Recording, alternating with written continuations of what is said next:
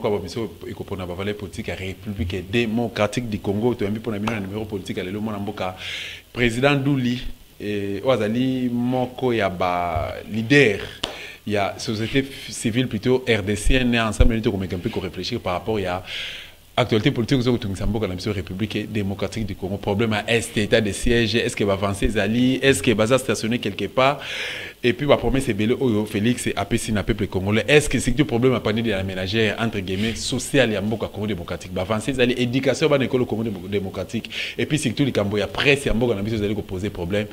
Lelo na kati ya mboka na biso République démocratique du Congo. Président Duli Mbotenayo. Mbotendeko dosta et puis mbote pa balandi nyonso babzui libakwa olanda biso. Voilà, bon nzoto nayo. Zoto un peu beti moi mke, naza un peu malade, mais tant yo benga en tout cas il faut quand même naya parce que ça fait aussi longtemps dans l'équipe Boussona. C'est vraiment la considération de votre part. Merci, en tout cas je suis très fier et chaque fois nous avons fier collègue Boussona. Voilà, tout un peu ko kenena ngambo est mboka na biso République démocratique du Congo. Par rapport à l'état de siège, est-ce que vous avez un bilan d'état de siège ou tababanda qui non lelo? C'est-à-dire pour le bilan état de siège, il y a guerre ici là. Ça, c'est vraiment ça l'objectif. Guerre ici, et puis finalement, on peut dire que bilan est un résultat. Et s'il faut que ça, moi, je peux peut-être vous dire que le bilan état de siège est un peu mitigé. Mitigé dans le sens que, Bazali Kolanda, mesure wana bakuku salate. Moi, quand on a un système, un système semi-présidentiel. Nous sommes dans un système semi-présidentiel. Pour nous faire ça, pour un chef de l'État, il y a une décision. Ils ont dit que ça m'a caché à le chef de l'État a confronté dans le Parlement. Où tu as une représentation à peuple. Et dans la représentation à peuple, si on a la chance d'avoir la majorité dans le Kuna, c'est qu'ils gouvernent ensemble dans la majorité. Mais si par malheur, à jouer en côté, vous allez vous rendre compte que, vous se rendre compte que échapper à la majorité. Et kuna to kozala na ba auto bengi gouvernement mususu ou ba ko majorité ko créer gouvernement et au gouvernement on obligé à travailler na chef de l'État na auto bengi pouvoir exécutif parce que pouvoir exécutif il y a deux institutions toi na président de la République et puis toi na gouvernement il y a on est constitué à pouvoir exécutif mais mon continent on a kati ezali président de la République yinda zali président ya conseil de ya conseil des ministres bisika au ba décision minene zo mboka balobi boy. Il faut que l'exécutif ait travaillé dans la période normale. Il faut que l'exécutif ait travaillé en concertation dans le Parlement. Pour le Premier ministre a coupé sa programme de l'Ibousso Parlement. L'Ibousso Assemblée. Programme en Fouban Dimayango. Balobi que ce programme, il y a le Premier ministre Azak se sentir déjà démissionnaire parce que en ce moment-là, moi, il a travaillé en harmonie dans l'Assemblée Zati. Donc il faut que le Premier ministre aille d'abord dans Yango. Et puis, autorité budgétaire, nous avons aperçu pour permettre de comprendre facilement. Autorité budgétaire, les parlent ensemble. Pour nous, il y a un condiment et puis à suivre, à surveiller ce exécutif. Nous avons avant qu'il y ait une ordonnance à président de la République, il faut qu'il y ait d'abord un niveau de cour constitutionnelle pour filtrer la constitutionnalité de l'acte où vous posé. Donc, pour dire que le constituant a une obligation, il y a que travailler dans 3 pouvoirs. Et ces pouvoirs ont un temps normal. Maintenant, quand viendra un temps où tu as un temps exceptionnel, c'est où tu vas vivre. Tu as un état d'urgence, état de siège, état de guerre. Ou une période exceptionnelle. Encore ça, dans une période exceptionnelle, bien que tu réduire le droit et la procédure réduire, mais le lobby na exécutif. Vous pouvez poser acte ceux qui parlent, mais c'est IOT. Et dans le IO, vous avez l'obligation de droit de justice. Nous avons les libertés individuelles au niveau du Conseil d'État. Nous sommes en France.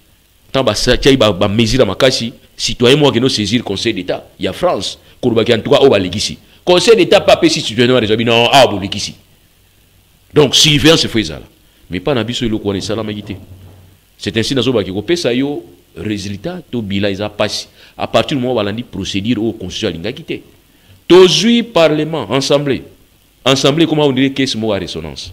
Place Bazara, Beta Maboko, papa, vision à chef de même institution comme une vision à chef de l'État, ça ce n'est pas possible. Bino parlementaire, bon, on a vision chef de l'État, kakaté. Si le chef de l'État, ça m'a bien ça m'a l'amour, bino parlementaire, vous êtes obligé de faire Beta Maboko. Bon applaudir, mais or non, on a un rôle à contrôler l'exécutif. Il y a un responsabilité de pas Nabino, mais Moutoza responsable de pas une des institutions de la carte exécutive, au gouvernement. so omoni ke plan wana ezosimba te bobengi gouvernement soit ministre soit premier ministre yaka expliquer biso awa ministre pas koloba te ke ongai te mutu azwaki décision chef de l'état te baotala chef de l'état te baotala ne gouvernement yango bomoni ke gouvernement mingi ekweyaka dans le cadre de motion à censure mais président akweyaka te et tosalaki yango à partir de copier coller à Belgique pour nini toza na système moko ya constitution ezali ko copier Belgique na kolobaka ke roi azali irresponsable acte nyonso roi azwaka na niveau ya Belgique il faut ezala soutenir par un ministre na kopesa ndakisa soki roi azwi décision côté état environnement yete mutu akolobaki ngamu nazwaki ministre mutu akolobaki ye mutu azwaki pona nini bakobengaka jamais roi liboso ya parlement po basambisa ye na acte wana royal azwaki donc pona koloba tout simplement que dès lors que esalami ndenge nga na kanisi ke esalamaka te na mboka mosusu dès lors que esalami ndenge nga na kanisi scientifiquement esalami te na koyebisa yo ke ezali mitigé parce que surveillance eza te évaluation eza te prolongation tokoki na 15e prolongation et bazo évaluer te or il faut évaluer pour la faiblesse na bino za côté nini apport eza nini faut apporter basala kango te yango wana na parti esamboka na biso bato ba continuer na kokufa ba mama ba continuer na kozala violer et puis ba pierre ba continuer na kopiller ba ressources na biso. Je n'encourage pas. Je dis tout simplement que la responsabilité à gouvernement et à président de la République. Yo tuninga bilan. Na pêche au bilan que c'est difficile na niveau de zanango parce que balandi procédure à constituante. Conscience il faut évaluer. Et tout le monde en France na auto bengi état d'urgence sanitaire parce que ça concept à sika à partir de la Covid. Basali auto bengi état d'urgence sanitaire. Ils avaient qu'à l'état d'urgence à pam. Mais sanitaire concept est ko bakisa à partir de la Covid. Batala kindeni ba ko gérer mboka na situation à Covid. Premier ministre en France a dit chaque semaine pour se présenter le boussoir au Parlement pour expliquer à Bango. Ce qui va parlementaire à moni clair, tu vas dire ah ils a clair, tu longo là, tu ah c'est trop, tu ah aux ici. Mais pas n'abisso la Guinée on a été et pas n'abisso une task force de moko, il y a une task force de moko fandi boui, basu décision bah qui n'a pas Parlement prolonger. Basu étudier te bah place bah défaillance et ali pour bah apporter bah solution. Voilà, merci beaucoup. Tomé Gampe ko tourner page et président Douli. Na kati Assemblée nationale confusion totale. Ba député ba aussi manzo to bazo bunda plénière réseau Salema ba député à couteau tiré bazo ko finga na président et Assemblée nationale, on n'arrive pas à comprendre l'attribution na bango na place au bako sala. En fait, pourquoi confusion wana? Est-ce que c'est parce que tant on ba kenda ko déposer ba candidature na bango seni a tenir compte na critère T ou bien critère ba tenir compte na critère mais corruption za nasima ou encore eza toloba mentalité ya ba congolais. Bon, la seule institution personnifiée ou zali individualisée zali président de la République. Parce que c'est lui là azali institution. Ce n'est pas la présidence de la République mais c'est le président de la République qui est institution. Mais là-bas au niveau il y a qui des animateurs et les institutions. Préambule la constitution le Bibo. Depuis son indépendance, le 30 juin 1960, la République du Congo est confrontée à des crises politiques récurrentes dont l'une des causes fondamentales est la contestation de la légitimité des institutions et de leurs animateurs. Tout ce qu'on explique que crise est la crise institutionnelle. Non, il y a aussi crise animataire. Est-ce que tu peux comprendre le mot soit ça la discussion na sanga baba na koswana on dit ba oui la moisi devant la caméra. Est-ce que tu peux comprendre ça? Est-ce que tu peux être à l'autre? Est-ce que tu as vu comment est-ce que les vieux, paix à son âme, mon seigneur a dirigé la conférence nationale souveraine? Biso a une classe, tu vas université période. Tous autres, la négé via zo malminé, comment malminé? Négé via zo dirigé en haut, donc azo so abatu, a oyena kanda, ou bani ko ganga, a bani ko bendo malé, mais tiyo mo bani ko seka, ozongi na kiti no fandi. Et puis, ensemble, zaki très agité, zaki conférence nationale souveraine, très agité. Mais talande mon seigneur a même travail. Vous allez sentir que Moutato s'imposer. Vous suivez Badi. Comment voudriez-vous que yo président ya Sénat, ou bana ko bundana, o ya yo mwana, to benga yende mwana. O ya yo membre. Or yo ne faut protéger o ya yo membre. Ba ju mwana o ya yo ba memie ko samba. Cour constitutionnelle biki na sana incompétente. Au lieu qu'on réintégrer yo zone ça y est, non, ba komela lettre, faut pas comme non, attends. Je comprenais pas tout ça. Donc nous avons un problème des institutions ndeko. Ba institution kakate, mais tu as un problème d'animateur à ba institution. Mais vous me parlez qu'il y a un problème au niveau parlement. Non, ce n'est pas au niveau parlement. Ils ont un niveau animateur. Il y a des institutions qui ont un parlement. C'est les animateurs, c'est-à-dire Mviembo Sona Bahati. bango mibali nde bakomaki problème au départ. Loi lobby qu'il faut désigner ça à niveau du Parlement. Parlement faut appeler ça. Ça ne peut pas poser de problème, ceux qui ont un renouvellement. Parce que 9 ans renouvelables. Cour constitutionnel mandé Sili. Il faut recréer cour sous. 3 égaux dans le président, balamoko 3. 3 égaux dans le Parlement, 3 égaux dans le Conseil supérieur de la magistrature. Wana bossali bango comme 9. Ça pouvait se comprendre. Et pas président premier été. Président na pouvoir discrétionnaire na e, a opposé 3 e. Na volonté na e. Bon, Conseil supérieur de la magistrature ba ibinde basalaka. Bana ba dire on basala na kati, même si basala ba tirage au sort ba ibi. Mais problème est que peut-être qu'on s'est posé peut-être na niveau Parlement. Na Parlement baza deux chambres. Na deux chambres faut appeler ça exemple 3. Wana to benganeti na débit à mandat ya cour constitutionnelle. C'est pas un problème. On peut dire que peut-être Assemblée peut s'ami balé, Sénat peut s'ami moko basali 3 batindi. Mais maintenant na cas oza cas ya renouvellement. Il y a ba membres par chapeau, 3 chapeaux. Faut peut s'ami moko. Président peut s'ami moko na e. Conseil supérieur magistrature peut ça facile ba s'ami moko na bango. Mais premier se poser à un niveau ya Parlement. Parlement vraiment mais premier se poser de pas animateur. Il y a une institution qui balé tous en bango, Assemblée na Sénat. Moi la maya bendi déjà obiso mutu na biso ye. Oh, mutu na bino ye wana. Na na bimisi mutu wana. Bureau, président ou bien plénière à Sénat. Bon, balobi pas été plénière à Sénat, bazaki 4 3 mususu ba ceux qui ba désista qui, ceux qui ba yebisa on batika ba bimisi moko na bango. Wana les moko na bino. Mais tant bozo convoquer Sénat et congrès, ezati bozo convoquer congrès pour boya ko présenter mutu na bino mais pour boya ko faire accepter mutu na bino dans l'Assemblée nationale. C'est là où ça posait des problèmes. C'est à ce niveau-là pour c'est pour ça qui. Alors, biso doit estimer que ce qui loue en article 135 qui a constitué le biquet, n'attendons hein. Oui, aux amalova. 135, il faut d'autant parce que batum soit quand il m'a montré le bayuta na mutu na bisoté, nga biso ya batute. Voilà mi beko mboka. 135. Voilà nini, eza livre nini. Constitution. Mi beko mboka. Article 135. OK. Tout projet ou toute proposition de loi est examiné successivement par les deux chambres en vue d'adoption d'un texte identique. Lorsque par suite d'un désaccord entre les deux chambres, un projet et une proposition de loi n'a pu être adopté, après une lecture par chaque chambre, une commission mixte paritaire chargée de proposer un texte sur les dispositions restant en discussion est mise en place par les deux bureaux. Les textes élaborés par la commission mixte paritaire est soumis pour adoption aux deux chambres. Si la commission mixte paritaire ne parvient pas à l'adoption d'un texte unique ou si ce texte n'est pas approuvé dans les conditions prévues à l'alinéa précédent, l'Assemblée nationale statue définitivement. OK. Oh non, on a un projet à la proposition. Je dis non. Même quand on repose un moutou, c'est dans le cadre de faire un choix. C'est-à-dire, quand vous proposez, vous n'allez pas seulement proposer pour que ça soit directement adopté, mais il faut les gagner ensemble. Il faut débattre ici. Et vous allez maintenant faire un choix judiciaire entre Topona, projet ou Topona. C'est ce qu'on appelle un choix. Dans la ligne, oh non, dans le cas de règlement d'ordre d'intérêt, il y a proposition, il y a projet. Il y a élection, le Parlement désigne et non le Parlement vote. Mais ici, comme il y a des accords, restons dans l'esprit de la Constitution. Il ne faut pas rester dans la lettre. La lettre peut sembler être difficile à comprendre parce qu'ils sont français. Ils ont un esprit. Esprit constitutionnel. Constituant l'inga qui m'a créé les alatés dans l'institution de bien parlement. Ceux qui ont meki, ont des accords et ali, la commission paritaire, fanda. Commission paritaire et ali lisanga ya bato maele ba benda na kapembeni ba kanisa. Pour pas qu'il ne propose lisanga mobimba ba yoka o bango ba kanisi lokola bato malele. Yango benga commission ad hoc paritaire. Ceux qui commission est simbité simandé. Beaucoup sont en plénière. Ceux qui plénière, c'est l'Assemblée nationale où ils ont la primauté.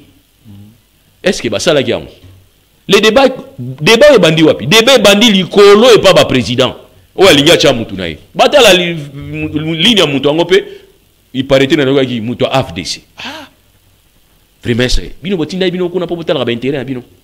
Il faut se désintéresser. So zo boko la bana ya mbanda. Na bano ya yo. So occupe-toi d'abord na bando ya mbanda. Poani. Bato va comprendre que maman oza malamu parce que a s'occuper na bana ya mbanda nae. Mais yo opesaka tendance kara bana. Au moins qui est déjà fauché. À partir du moment où ce juge que vous proposez venant du Sénat serait que azaka mutu a parti na yo. Na tous les bonnes questions, pourquoi tout ça? Oh non, même si on a besoin de battre na niveau cour constitutionnel. Pour na kozala bien na niveau cour constitutionnel bande konanga, kozana juge mokote. Faut en 5 juges. parce que baza neuf taba ba qui sont pour na qui sont contre oya yonda ko tombola ka yemoko 8 wana baboyi na bango ba tombola te. La cour constitutionnelle c'est une cour spécifique kuna ventilisate yango moni constitution lingaki ke 3 ba uta koto 3 uta koto pour ni pour déséquilibre pour équilibre ezala mutu akosa muninga zala te alors yo soko calcul na kati esimbité pour une fois na côté le muke viemboso ah yemiko azoka mo pona côté la viemboso te. Ce sont les animateurs. Pour avoir une institution forte, il faut avoir des animateurs forts. Et vous allez remarquer, c'est par rapport même époque à Vital Kamerhe, quand il est président de l'Assemblée, vous sentez que vous sentez que vous avez un débat. Les animateurs sont voilà. Merci beaucoup. Moi, je président Douli. Est-ce que au Congo, ça va y Congo démocratique, rôle et parti politique, ils ont la vraiment.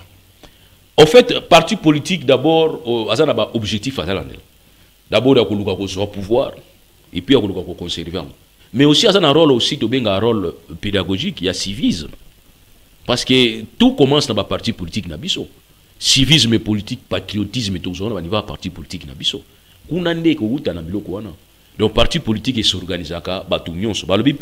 Le parti politique ezali lisanga ya batu basangani na opinion moko na etine te baluka kozwa pouvoir soki bazui yango ba ko conserver le plus longtemps possible. Balobi te ke moto moko asali parti politique a bengi batu balandi ye ya comme autorité morale.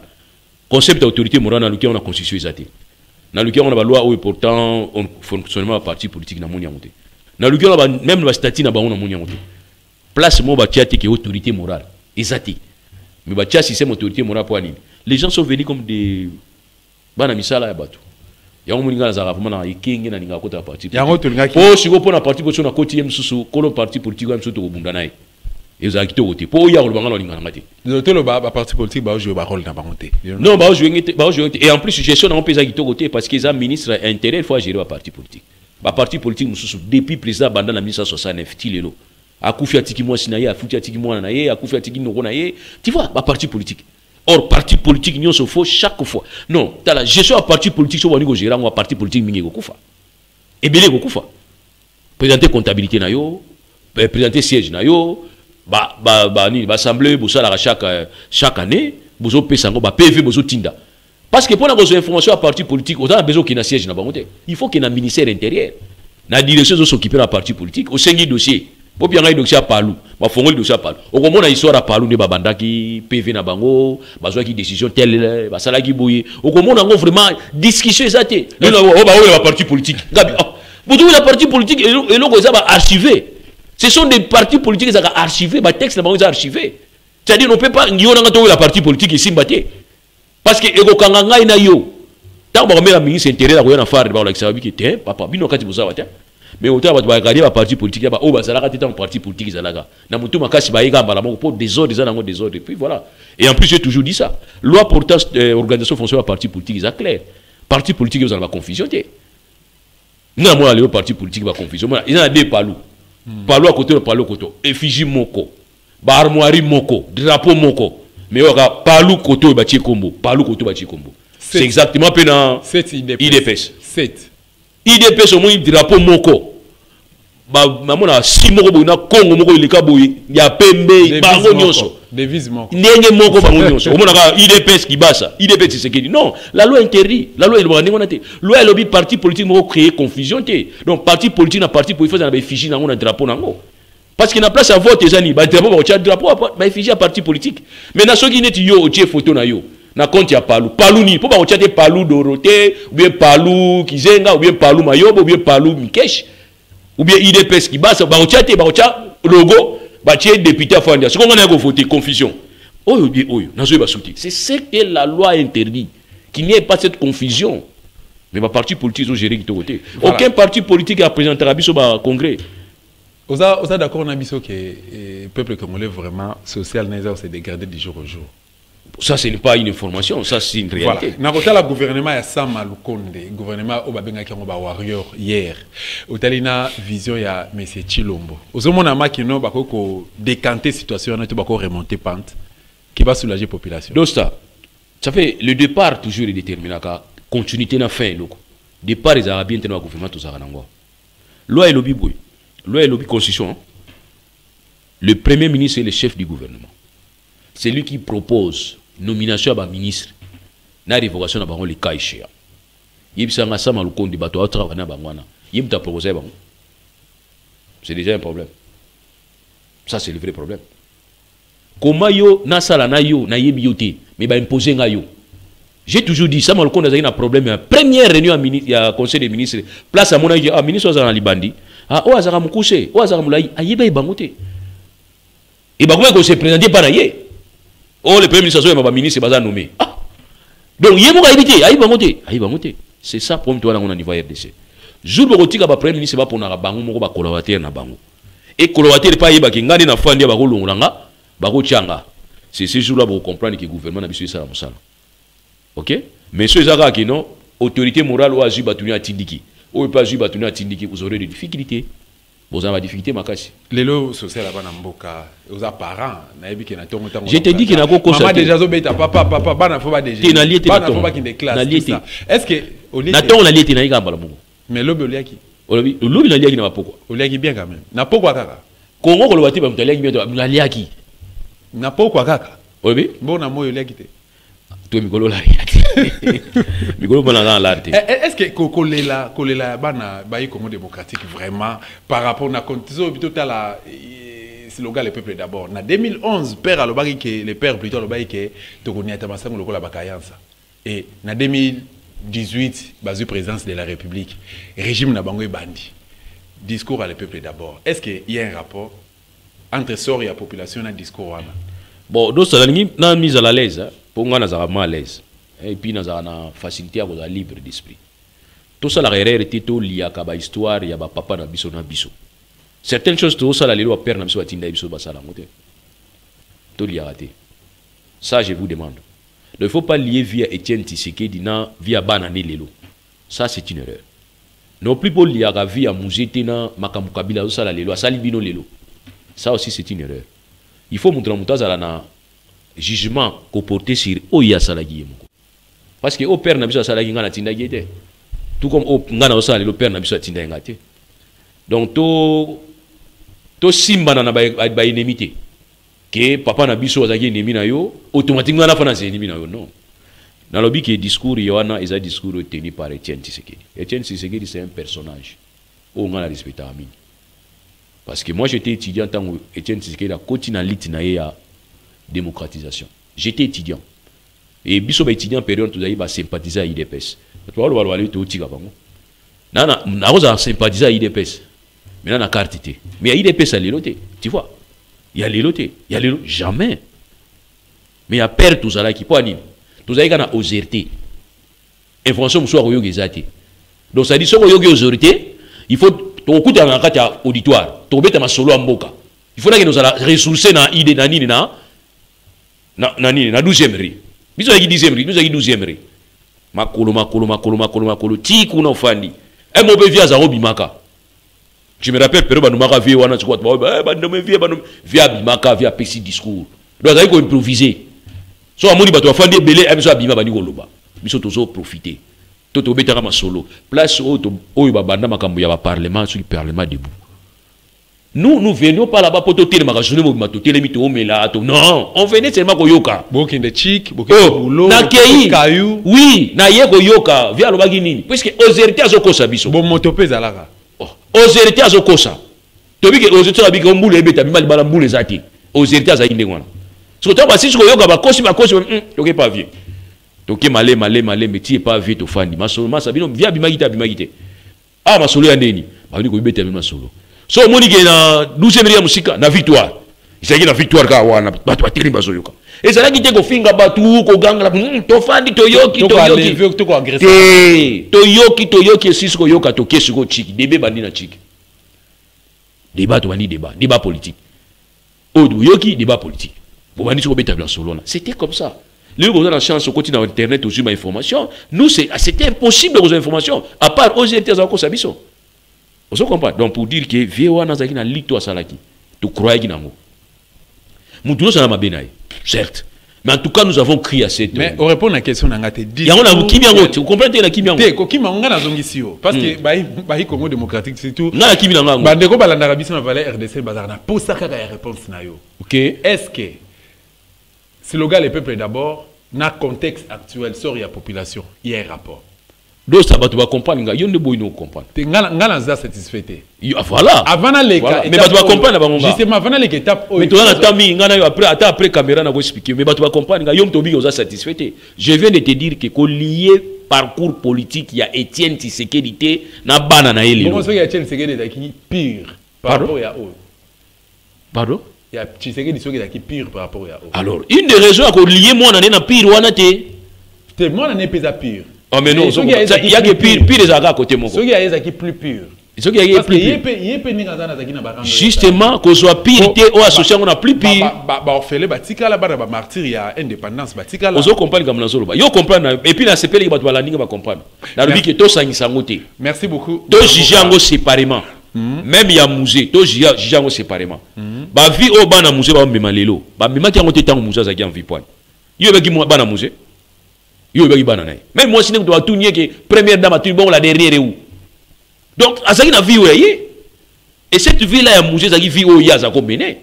Na éducation, il y a tabu c'est banana. C'est comme Alamuka. Tis Etienne c'est geda Alamuka. Mouza Alamuka. Kasi banana mi ba okimati. Mobutu pas Alamuka. Pardon? Mobutu pas Alamuka. Mobutu pas zaki na rôle à jouer qui na RDC. Bongo Kasavu. Azaï pe na rôle na ya jouer qui na RDC. Donc tu jouer qui na rôle na ye. C'est quoi pour on a biso la neni. Ceux qui ngana remplacer on a binyo so yo sala ki mabe. C'est ça et ce qui est regrettable. Mais si on a remplacé, on a dit que bon, Américain qui a aussi, on continue. Mais il moins awa. Si quoi, Kasavu va gérer Kimboka Oyo, Mobutu a géré Mboka Oyo, Musée a Zumboka Oyo, Kanamba Zumboka Oyo, les lotis l'ombaza dans Mboka. Mais les Kanambe, l'homme de Kingakati, Obino Obenga Joseph Kabila. Ah d'accord. Voilà. N'a pas un propre nom parce que bon, au fait, émission est à livre ouvert et puis ça émission va révolutionner. Et puis ça, population la vraie information. Bateau, bah ça émission de moi na baronde ba bala qui est en 2018, en 2019. En 2018. Et Batouana a un plateau na binoto sa bonki. Bo bala na yiti. Bo bala na yiti. Ba lima bisoté. Et to mona ki photo munene ya nani ya Kabila na 10e rue. Ngata na moni ba suke lenginga. Ono aza mutia malamu, aza mona malamu bino. Bino za so muto malamu moni malamu, biso tout mona malamu. Biso ba dosta. Bino ça dit de manière générale. Bato aza makasi ya kopesa ka bato ba leçon na ba reproche. Poani soki yo zui mutu avant l'amour. So bato musu ba comme mabe. Poani. Voilà, donc on a dit que mutu na mutu photos à la place tout le monde a valeur à mutu. Est-ce que difficulté au peuple congolais ko copier na lelo, to charger nani? Régime ya nani, to charger président, ancien président nini? Ça fait et la question moi pas sur tuninga. Question pas sur pourquoi. Mais ça la question. Oui, j'ai juste la question.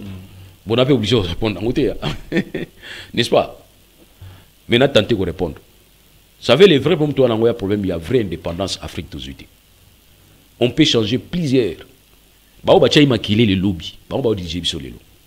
Si on va bien. Si on va bien, donc pour dire que jour où on a la place,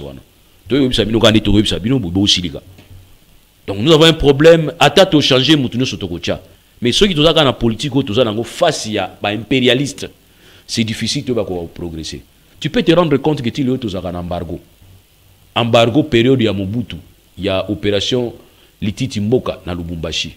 Depuis Mobutu, Aboma Batuna, Baitidia na Lubumbashi. Tu as embargo à armes. Tu as embargo à armes. Tu peux me dire, il y a combien de régimes électifs? Après Mobutu, combien de régimes électifs? Aujourd'hui, nous sommes incapables de faire la face à des terroristes. On va aller soutenir par Rwanda. Pourquoi? Parce que tu as une logistique. Nous n'avons pas de logistique. Les lots Ukraine, il y a un problème dans la Russie. Et on va mobiliser tout le monde dans le Bogo, dans l'Itama, parce que le problème est en Ukraine. Non. Moi, je dis que moi, je m'en fous. Personnellement, je m'en fous. Les lots, vous créez problème en Ukraine, dans la Russie. Vous y a Ukraine. Vous avez Ukraine pour Ukraine à la face à lutter contre la résistance, contre la Russie. Et vous avez mobilisé Minduki, la Ukraine pour agresser la RDC depuis 1996.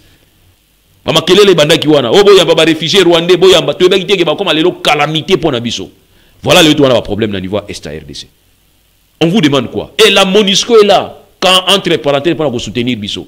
une grande mission onusienne en monde incapable de gérer la situation. Nous sommes attaqués par qui? Par les terroristes ou soit nous sommes attaqués par un pays? Et lequel pays a signataire et accord cadre à Addis Abeba? Alors tout ça, pourquoi? Je vais vous répondre, c'est parce que nous sommes manipulés, nous les Africains. Parce que nini ici la raté, guerre ni ici la raté. Nga boti mwana nga banda so 96, 97. Ti lelo mwana komi na université à CDC classe. Guerre ezalaka na est. Guerre ngo chaque jour mbongo ezobima. Oni azalia on guerre azati. O biso ba ikala soki ba minere ba ye place makele yali guerre ici là. Alors quand tu nga question que nyonso to le kango le faut ya mindele. Na biso moko to koma le gola ba porteur de mallette na bango. Lelo, le journaliste est mal vu. Le journaliste RDC mal vu. Hier, Ezaki Pero Louara, à Fongolinzele exil, autre faisait misusu victime d'enlèvement, d'agression, d'arrestation arbitraire. Lelo Yves Bouya. Est-ce que vous avez un commentaire parce que du moins, il y a un la presse. Vous avez souvent besoin d'un biso, mais vous avez besoin d'un yo. Boy n'angate sur la zoloba. Non, vous avez maloba déjà. Boy n'angate sur la zoloba. Oui, vous avez maloba. Pour question de tout tuninga. Nga na singo tout na question na te. Mais comme yemo tout na question abo supporter nga. Vous savez, la corporation ya ba journaliste, il faut la réorganiser. Au regard à la loi où ils y déjà. Na lingité que boza la gérer na Inasbel et aussi Sabino Valère. Mais to lingi ba journaliste baza la gérer comme ba médecin baza na katia corps na bango izali institutionnalisé. On ne peut pas être médecin au du Congo parce que autant en France. Non. Non. So autant en États-Unis, autant en Suisse. Place maïle les sont médecins zalaka. So aussi si kuna tongo na RDC, il faut que tu nécessairement na katia corporation na bango. Et au faire membre na kati. Donc pour dire qu'on ne peut pas devenir médecin na RDC tant que vous allez membre ya conseil nani ordre de médecin té. Biso ba avocat. On ne peut pas non plus être avocat tout autant qui na ba Sorbonne ou yimbala moko ato prêter serment na France. Ou yika mbala moko non na bandi na comme avocat non. Il faut appartenir na baro moko. Ba baro yali par cour d'appel et puis finalement tout ça kati ya biso no na kati ya auto bengi ordre national des avocats. Mais ce n'est pas le cas avec les journalistes. Donc ça j'espère que vous comprenez. Très bien. Ce n'est pas le cas avec les journalistes. Le journalisme est une profession noble. Ils ont une déontologie, ils ont une éthique professionnelle. Mais est-ce que tout le monde a une question sur qui se comporter tel que la loi ou ils ont une déontologie, une éthique professionnelle? Non. En RDC, les journalistes ne posent plus de questions. Comment ça répondre aux questions? Mais les journalistes posent des questions. Et à la fin, il va dire que mais les questions étaient les miennes. La réponse est aïe. Mais pas le cas. Ce qu'on nous a la journaliste, c'est la journaliste. Toi, la loi, on était sur la loi, il y a 2 avril 1981. Et le minimum? Loi portant, ordonnance loi 081 12 portant statut des journalistes œuvrant en République du Congo. Cette loi est allée, on invite ceux qui parlent article 2. Par journaliste et professionnel, il faut attendre celui qui se voue d'une manière régulière à la collecte, au traitement et à la diffusion des nouvelles. Collecte, il faut y aller. Traitement, il faut y aller. Et diffusion. Parce que quand vous collectez, il faut traiter. Mais il n'y a pas de traitement. C'est cru. Et les gens utilisent les micros pour dénigrer Batou. Les règlements des comptes se passent dans le micro. Non, ça, c'est pas normal. Il faut que bino moko bomi zongi ça. UNPC na bino na mona ngo. Mais na mona ngo comment neti moi boule moka ba spal neti ba sanga banga neti ma kelemba na mona ngo. Bo senga ba kotsa bino na corporation po boza na ba droit na ba devoir. Vous allez remarquer ba o bazo bib sa profession na bino. Ba boza na temps ko kotate. Chez nous les avocats pour na kota fo ba examen makambe belé ba condition belé ba musutu ba kotate po ba condition ba kongisa ngote. Mais ça ba yele a kotate condition pour qui condition té. Donc on a aussi pas na bino kaka. Boluka tout possible que corporation va journaliste Lelo en tant que 4e pouvoir boluka bo s'organiser et permettre bino Lelo yo boza la sécuriser et puis boza la paix sécuriser. Puis il y a aussi pour ma devoir. Quand je fais mieux mes devoirs, ben écoute au Kanyinga, presque tout le monde va comprendre. Mais mutualeki na télévision journaliste banda ko finga o ya fingi quand on l'arrête bakangi journaliste bakangi. Non. Nakaya Yves Bouya, par rapport aux informations, j'ai pas des informations, franchement. Il y a une plainte qui a été déposée. So muta fundi na parc et puis bino peut parquer tout ça à peine à compréhension. So muta fundi, il y a nécessairement bokanga mutu. C'est pas nécessaire. Par le bic arrestation, ils ont exception. Puis il faut motiver l'arrestation. Mais bah quand il peut kokanga. Non, dans le but il faut motiver. Procédure. Justement. Loi n'a biso ezali dualiste, c'est-à-dire nous avons le norme et la procédure. Tant on violer procédure, moutona zana tort zana raison comme on est victime. Il y a aussi un comportement. Ça fait ngai na kina wasenga service c'est pas un magistrat moko. Akangela mutu rapidement pour mutu na mona il faut wakangela rapidement pour na ba émotion kanda pesa nga mutu. Tant on a accueilli to koti plainte normalement. Magistrat muso a déjà mandat d'amener. Bah coach on pas chef d'office pour signer. Chef d'office a tel abina on signer document oté. Bo bengela ngai mutu a initié na ba bengi magistrat. Mais ça va dire chef d'office o ka c'est ça petit na yote. Abi abengela nga petit na ngaya. Ba benga biso mi balé to fanda chef d'office a otala biso na biso. Azo sika. Abi papa, bino bato kala ma bo sala likambo. O te ba zoira rapidement habité. Ba zoira rapidement té. Collègue, ça l'invitation tindela mutu wana. Biso bien okima justement so bakimi to lukaye. Wana biso parquet to lukaye. Mais ça l'invitation maka mandat d'amener na lingia moté. Mais mutu wana répondre wana vient na biso to nolié pa na ye, to fanda pa na ye. Est-ce que vous comprenez mutu wana zo réfléchir? Est-ce que vous avez pensé à leçon balamoko? Alors c'est à ce niveau-là. Ils ont un niveau oh wana, c'est simple. Vous avez la procédure, la procédure qui comme ça couverture des la bien. Bakangi mutu bakena na police moko basali 10 jours, après na 10 jours bo lukaye ba lever, après bo ki soni bo tiki na parquet. Na mona procureur moko aboaka dossier we. Bakanga mituka awa. Ba 207. Bakangi ba 207 abatu. Musu eza na échanger roi. Musu ba tia kota matadi kibala. Bakangi ba 207 abatu na désordre. Na mitendi. Bakangi na désordre. 100 jours eleki. Bakolo 207 ba yokuta ba avocat bi oh bozala tranquille. Tokozwa bango. 100 jours eleki. Na 100 jours eleki ba sali réquisition et pas procureur. Ki bakanga mituka na biso ti lelo PV zati. Police qui fouille tout na ba sali ba jusqu'au dossier bati na ba dossier on a niveau parquet. Procureur habité dossier à 100 jours et c'est l'équipe 100 jours. Vous avez droit à combien de jours pour traiter le dossier? 2 jours. Et pour le cas viol, ils ont 24 heures. Mais le cas viol, monsieur aussi dans le niveau de la police. Oh, tout ça, les arrangements, tout yokani. Viol, bah le bien arrangement, ça t'es. So, bah quand il y a viol, arrangement, ça t'es. Oh, fout amende ni na au fout. Bah le bien que les mêmes jours, t'as quand il y a viol, les mêmes jours, faut procurer à l'informer. Mais au moins, un cas viol, bah viol qui monte, aussi c'est ma police. Famille, famille, famille, fout un tabac. Loi, il est bien monté. Donc, pour nous, les procédures sont très très nécessaires. Pour nous, la justice est la bien. Moutasali mabe, moutakoti plainte na bonne du forme, botindi mandat de comparution, ayete, botindi deuxième, ayete, troisième, ayete. Ben écoutez, bon ça là, loi lobby par contrainte, vous jouez par contrainte. Comme ça, vous allez peut-être avoir quelque chose même à communiquer. Nekonanga na poto, na Paris, na France, na Belgique, bazola nanga bakoyoka, bazara na porter parole à parquet. Procureur Mogaza porter parole à parquet. Soit dit comme ça, abimi batelemi. Oui, le parquet a constaté, le parquet a zolanda dossier, mais pas il n'y a pas de communication. Donc il suffit qu'à beko, kraka, c'est fini. C'est ainsi que vous allez remarquer certains dossiers, ils ont qui sont tribunal vide. Ou bien qu'il y a des avantages. On rappelle ce que la norme Mike Oyo, parquet ça l'a quitté. Parce que précipitation. Congo est l'ingib spectacle. Bakangi mutulikolo likolo. Bakanga Vital Kamer basali fête. Bakangi François Mera basali fête. Mais pourquoi vous avez tendance à la fête de Bakangi Mutu? Non.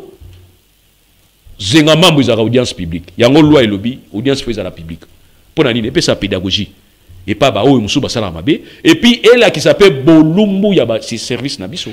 Président Duli, parce que tu as la justice, tu as analysé par rapport à la justice en la République démocratique du Congo.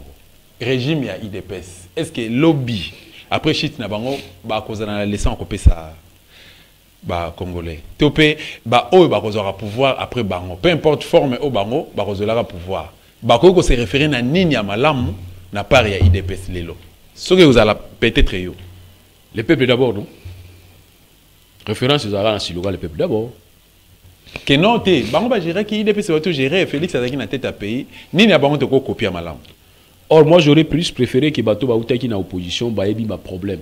Parce qu'on ne peut pas prétendre que y a un programme en boga sur le pouvoir. na ba pays musulmans na ba Australie ezali opposition ezala opposition mais bazala na gouvernement na bango na kati opposition bana ministre énergie bana ministre économie bana ministre finance bana ministre ya infrastructure bana ministre ya secteur nyonso baza na kati opposition dans le pouvoir te et ça arrive les cas que ceux qui presse ça a besoin de la vérité sur tel secteur à gouvernement failli ba kina autour na ba opposant et ça arrive aussi les cas ndenge loi na bango prévoir que bako benga pe ministre en fonction à fandi wana ba bengi sikoyo ministre ya opposition nan ba pouvoir te na telemi débat contradictoire au sentir talande ma valeur zo mata oya lobibu valeur ne linga rolanda débat et pas na biso ezate et pas na biso c'est regrettable ba débat les gars na télévision ils a posa rolanda est-ce que na débat sur les gars na télévision il faut bana ba profiter même l'examen d'état so va tourner que soit c'est rappeler que tata moko ba bona télévision a tiepé azupe mais bana biso bazo profiter na rien bazo profiter de l'autre côté est-ce que bana ya lelo baleki na nga pas na ba baleki na misusu bana mike est-ce que bazan attend qu'on ait un débat politique dans la télévision? Mais si j'ai ça nini d'abord, vous parlez de quoi dans le débat politique? Quand vous prenez les détails, vous tiens au liboso, vous êtes essentiel, vous êtes ici dans le ciment. Puisque tu as la autant ils ont la chikte, mais autant ils sont na chikte, tout le temps ils sont na libanda, nanzela na libanda, mais l'inzela ont été à sauter. L'église c'est belé, tu as la mouté à ma binding tondi. Balabala moko mona 17 églises oyo bandi ko ba alléluia azobina oyo azoteya tango ya sisa ko teya oyo bandi ko lela alléluia tango kuna mutu pas zo changer te to kanisa mutu a changer l'école mutu a changer te to kanisa mutu a changer l'église mutu a changer to kanisa mutu a changer na balabala mutu a changer te to kanisi peut-être le mutu a changer kolanda la télévision kolanda la radio mais les gens veulent suivre n'importe quoi aujourd'hui bana na biso kotanga eza passe mais curieusement to ya réussite mathématique mais bagage intellectuel c'est zéro.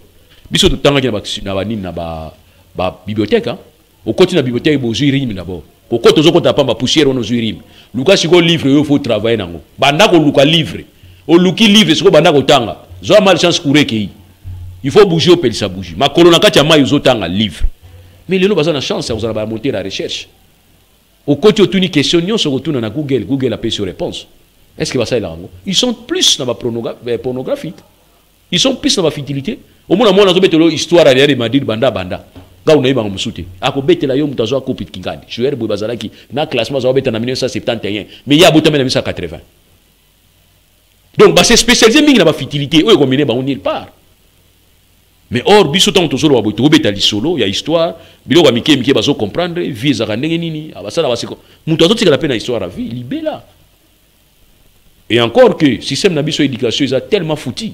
Aussi, ça aussi, il faut le reconnaître. Yango, tout le baba pesa qui va responsabiliser qui Tony Mwamba, Tony Mwamba, IDPS, bah, à la campagne à gratuité enseignement de base et puis à gérer secteur wana. Mais Lelo, non, lui, il va travailler sur les programmes nationaux au Bandiko Batigagi. Maintenant, il faut un nouveau programme national. Non, bah ça qui réforme, non? Quelle réforme? Quelle réforme? Dans le secteur Oyaye. Par rapport à la conférence de presse. Il y a un temps, il faut faire ça. Oui, bah, état généraux, il faut vous attendre. T'as la bille, réforme au salaire. Lundi, mardi, réforme. Il y a raté là trop. Il faut un temps où bien scientifique, ça dit corps scientifique, bah, bah, on y se bailler. Le politique. Tout le gratuité enseignement a raté. Gratuité enseignement a raté. Gratuité enseignement, c'est une volonté. Ils ont raté. C'est une volonté, ça dit un souhait. Souhait parce qu'il y a pas de temps en foot. Comprenez? Pas de temps en foot. Mais le problème, c'est la qualité. Mon cas, je encourage à enseigner à niveau, enseigner à RDC niveau Zamouké. Est-ce que le discours en est responsable? Après, côté très militaire, ma bega ndei makamwana lobela yango libanda so ba yona kati ya kina na lingala to comprendre to beta pour ba comprendre yango facilement to ba comprendre yango bien to amburi ba to libanda ba comprendre yango bien na libanda place pe français qui to na Côte d'Ivoire. Donc c'est que tu as un problème de repérer ces explications sur ma capacité. Ils ont dit parce qu'il y a mon enseignant. Moi je suis enseignant. Et Natanga qui n'a quasi n'a répondu. Natanga na RDC. Natanga na pays libandate. Na bandi gardien na RDC. Tant ils ont dit Zaïre. Na sisi primaire, secondaire, humanité, na koti université. Na bandi na IEC après na ke kosala université na ULK na sala qui to bengi distinction ba retenir un assistant et lelo nazali chargé à cours nazo pesa cours Donc na ngina bisa bana Congo. Quel que soit discours bokoyo ka ba politicien qui Congo ebongi, qui Congo ekufi, qui enseigne za malamu, qui enseigne za malamu te, ça dépend à côté mutu wana za. So mutu wana na kati opposition, awi ko loba Congo ekufi. So mutu wana na pouvoir ba Congo ebongi. Mais là nazo kamwa lelo nde bato wana pouvoir ba Congo ebebi. Ba ebite tina ni ba yaki wana. Parce que biso soto longola bato ba bebi se Congo poto tia bato ba kubongisa. To on a besoin de rappeler la biso te ki Congo ebebi. To yebi déjà. Peut-être to yebi ko le gabino ki Congo za kubeba. Mais solution ezali ne ya ko bongisi la biso ata ya muke. So moni ki obongisi ya muke osuki wana. Ko lo batie ki ebebi. Yo ba ki ngana suki awa na tiki mutu muso ya ko continuer. Mais wa ko lo ba ki ebebi tirer conséquence. Mais ngai en tout cas na tanga ina Kinshasa. Ngai Lulu na tanga na Kinshasa et plutôt na Congo na RDC na 6 classes na RDC batu ba encadrer ba professeur.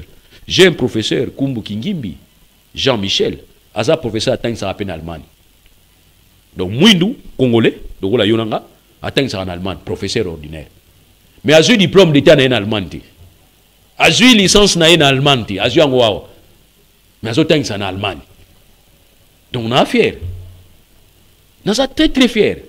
Alors, ceux qui ont dit que la formation est bien été, formation est bien été par la moutoise, tant qu'on s'est formé. La formation, surtout dans l'université, c'est personnel. C'est ainsi au monde de l'université pour la recherche. Le bandé dans le Congo, il moyen zati. Ça, je peux comprendre. Il moyen didactique, on peut s'enseigner, on peut bana. Il y a un des zati, je peux être très d'accord. Mais biso ba o to tanga na condition wana. Soko tchenga na ivoirien moko. Ngai na ivoirien na autour na monsieur tu as étudié où na Sorbonne T na tanga na RDC. Mais comment on nous apprend que non, nga na tanga na RDC. Il faut avoir le temps aussi à faire la recherche bino moko. Moi je suis ici na tanga na Kinshasa papa za la guité.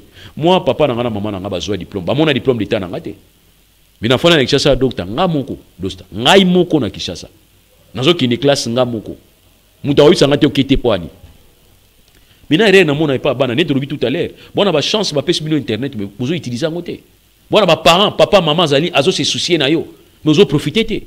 Alors, on a peut-être formation ça bien pour la moutoana. Non, il y a beaucoup. Enseigner à temps ça abisso. Enseigner à temps ça ma communion sauté. Tout ce que nous faisons dans la vie, temps ça abisso en classe. Tous les exemples moko. Hein, tous les exemples. Ils sont comiques, mais tous ont l'autre exemple. Avant yo le juge. Avocat qui est le juge pour appeler bon pour rendre jugement qui toko. Tout à l'heure la classe. Est-ce que dans la classe? Attends, ça dans la classe. Comment un avocat faut le juge n'a parlé na ye, au PC moi tu es que pour juger comme bangula comme un avantage na yo. Est-ce que tout dans la classe? Donc pour dire magamba beto zo ko nzela, magamba peut to zo ko nzela. Pour ça nzela, tout se trouve dans la nature. Il suffit de osala l'élaborer ses enfants, travailler, prenez de la peine. Abibo l'exa bon zang ça l'exa coin mon côté, bon l'exa coin nyonso. Biso yango to sala.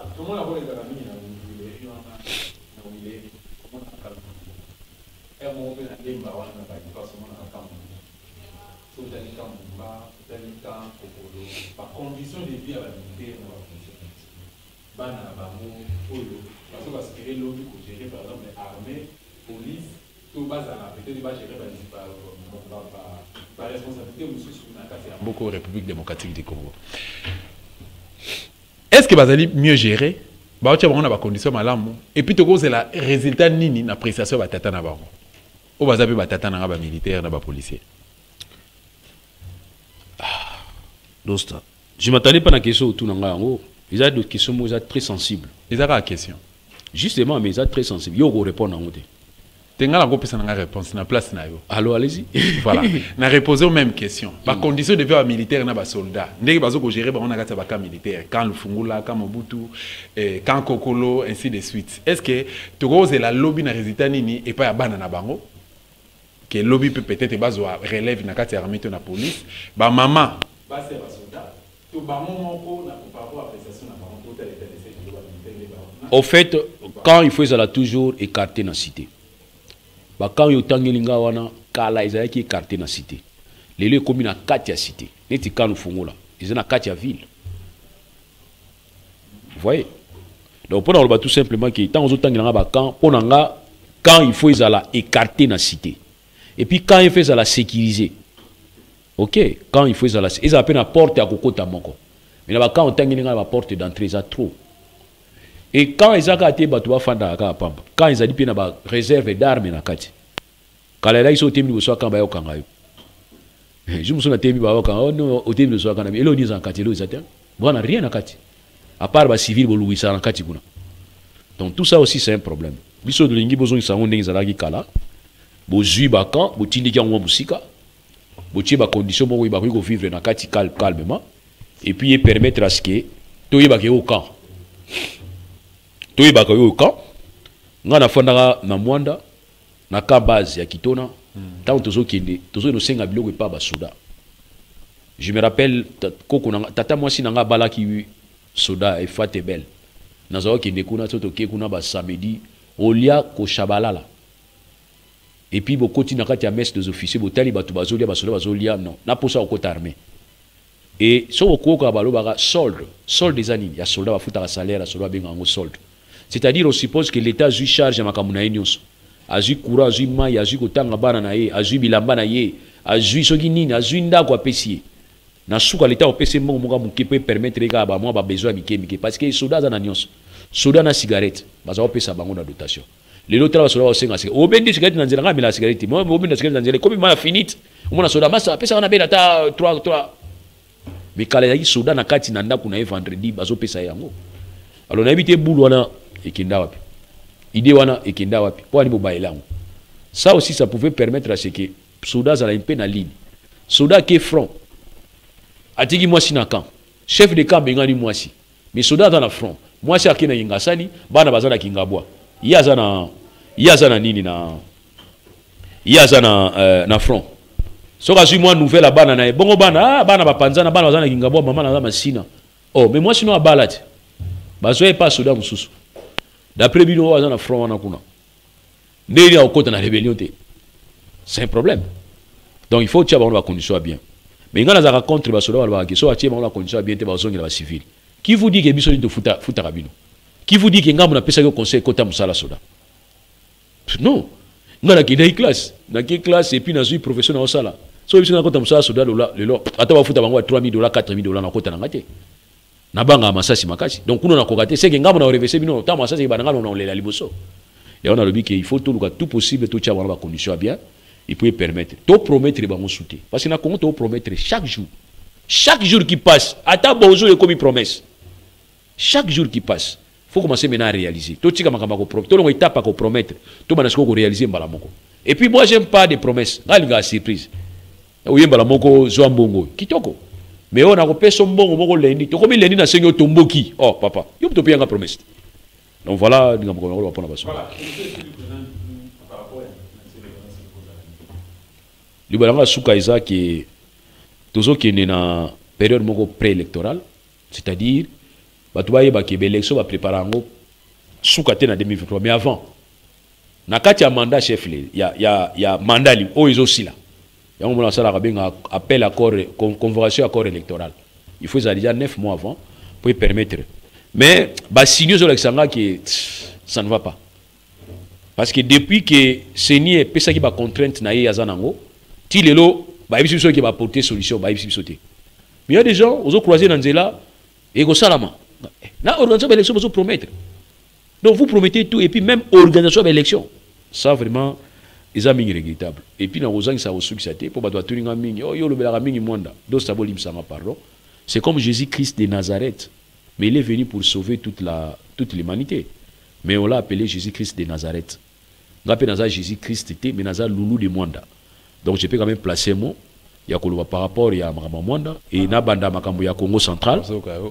Nabanda pe Makamba Congo central. Koloba que c'était improductif. Pour organiser l'élection, il y a un problème. Or, c'était peut-être encourageant pour utiliser l'article 200 de la Constitution où il y a que le chef de l'État a convoqué la conférence des gouverneurs pour avoir une stabilité. Et puis, nulle part, dans la Constitution, il y a que le ministre de l'Intérieur faut décider dans l'Assemblée provinciale. Nulle part. En ce moment-là, on a une décentralisation qui est bâtie dans la Yangote. J'ai regretté la situation pour créer dans la province 14, croyant qu'il va résoudre les problèmes, on va résoudre les problèmes. Nous, au niveau Congo central, tous avons une instabilité, chaque fois ils ont une instabilité. Parce que je vous ai dit la fois passée, le résultat, on a besoin. Et qu'on a cours d'appel pour nous confirmer. Mais contestation, il y a. Ce qui court d'appel à Nimi et qui Moutoumou a joué important au Conseil d'État, surtout à Congo central, ça risque de nous poser des problèmes. Parce que pour le Conseil d'État, à éviter qu'il y ait un Congo central va organiser une élection. Bon, le Conseil d'État. À éviter. On ne peut pas organiser des élections place Oyo, toutes les institutions à Kofanda. Quand le Conseil d'État a réhabilité le gouverneur à Kalawana. Donc, le Conseil d'État a dit qu'il y a un problème. Mais les gens vont prendre le Conseil d'État qui est l'élection de Salamaki. Mais retourne à Bino Salamaki parce qu'il y a une institution zali. PV il y a déchéance à Mouto et à PV. Bon, il n'y a pas ça à PV. Ça va poser des problèmes. Ça, on bien avant, mais on va comprendre. Ce bon gars, le gouverneur en Kala, il était question de ma réhabilitation. Après, bon, ça la démarche politique. Bon, reprendre autobengi motion il y a censure. Bon, bien ici les sous. Pour Congolais, tous la facilité moko. Pour quand facilement, il faut qu'il y ait un problème à Mbongo. Or, en son temps, l'inspection générale de la finance a préparé déjà le dossier pour le gouverneur. Donc, il était facile. Bon, l'andasiko procédure, il y a SICA. Approche politique à SICA. Na kolanda makambo Conseil d'État, l'inspection générale de la finance a posé qui pas procureur. Bon déclencher en pour permettre ça la contrôle parlementaire pour bien besoin dans le beaucoup pour que non to sengi déchéance na yo. Et bon ça là on va PV à SICA, il y a propre. Comme ça bon tika makambo akala. Et là on a regretté qui tant besoin que se rappeler, besoin que se basé na arrêt à cour constitutionnel qui n'était qu'un arrêt interprétatif na demande de requête basala qui est pas à cour constitutionnelle pour expliquer quand il y a gouverneur Oyo sali d'échéance. Ici, il n'y avait pas un contentieux. Mais il y a une interprétation basengaki. Tant qu'on arrêt bimi, il y a un arrêt interprétatif, il y a un arrêt il y a contestation. Il y a un arrêt à contestation. Bilo bozu yango, allez, bon comment lier lettre. Lettre de Bolingo. Cher monsieur le gouverneur, arrêt lobby boye, tu peux sur 48 heures au démissionner. À démissionner, tu tires conséquence. Or, en ce moment-là, ce qui est là qui a solo qui va déchéance et qui a 48 heures à ça la gamoté, beaucoup de font la dossier sous contre pour la rébellion. Vous l'avez pas fait. Chef de l'État pas a signé ordonnance à révocation a été. Yo ministre wana ozali ko se rappeler après que basala qui est déchéance au kendaki yemta yambaki yo. Même si bango ke beaucoup tinzela mabe. Pour na tellement comme mwanda, chef de l'État merci. To senga ki merci mais to mima ngambo. Ngambo to mimi zani. Tant to senyo merci pour na cagnotte au pesaki sur Avena 9 na mwanda, ba ennemi na nyonso ba lamuke libiso. Alors poto on dédouaner ngana na makambo yo. Senga et pas ba ministre na ba zo mbongo ba komisa na compte. Parce que Tilelo, bon, on a continué à quantité. Tous os là. Ça fait au moins beaucoup de mois. Ça fait 6 mois, c'est ok, 6 mois depuis promesse, c'est Salamaki. Alors, biso don dimaki topé ça, merci pour Nani. C'est parce que Vena ou Salamaki, depuis 1969, qui a souké Salamaki en 2018, ou avant souka, et Salamaki en 2018, je me rappelle, là, on a soufflé Bahati, là, le ministre de la Finance, il y a Tango Kabila, Bazobina, Bazo signé à Vena 8, bon, on a tout le monde en côté. Donc, première avena, tina 8e avena. On va faire bahati, va signer, na mwanda. Ils arrivent juste avant l'élection. Tu as vu ça, ils bango boy. Bon, signer dans avena, on a dit. Tu as vu l'élection. Tous les gagnants de l'élection, tu as le président, il y a signé avena 9, avena 8. Bah, signer, on a rapidité, moi, on a mon frère, tout le monde en côté. Chef de l'État, il y a Sika, Chilombo Béton, 9e avena, alors on a 10 millions. Alors, il va payer ça, bango. Non, on peut tous y en côté, mais, tu as vu tous en poignet. Tout le monde en gamouille. Mon kota pour biso to senga merci par rapport na yango et aussi et là on a un regret na ngai zani signer na vena fait na so signer ko za na valeur mukie ko signer contre za valeur en cash parce que avena elandaka au contre lobby or avena numéro 1 tina numéro 8 izala ki avena za problème mamba pétrole OK mamba pétrole mais avena au signer à 9 curieusement ils ont makambo ya gaz. Or, pétrole et gaz, ils ont deux marchandises différentes. Donc, normalement, avenant 9 ne devait pas être un avenant. Ça devait être un contrat, parce que c'est un nouveau contrat. Les lots Poutine a comme un cas pour le gaz. Les lots Ouganda ont commercialisé le gaz dans total. Les lots Sénégal ont signé un accord en Allemagne. Si vous avez signé avenant pour le gaz, tout ça, le gaz. Or, vous avez signé un contrat. Ça, en tout cas, il y a comprendre. Il s'appelle président Douli. autrement dit maître Loulou avocat près de la cour un des leaders de la société civile RDC un ensemble de Tomeki qui réfléchit par rapport à l'actualité politique que vous occupez mboka la République démocratique du Congo. C'est du problème à l'État est au biso ba o to telemela au biso auto koufela au ba te belé ba koufela ça fait pratiquement 2 décennies et demi au esika to bundara toujours to luka comment est-ce que pe eko kozonga afin que Bandekona va retrouver qui m'a pas vivre plutôt librement dans la mboka na biso République démocratique du Congo. Merci l'équipe technique ou accompagnement, merci na Bruno Nzinga, Christian Banjolo, merci na MC Mbia, merci pe na bino balanda émission le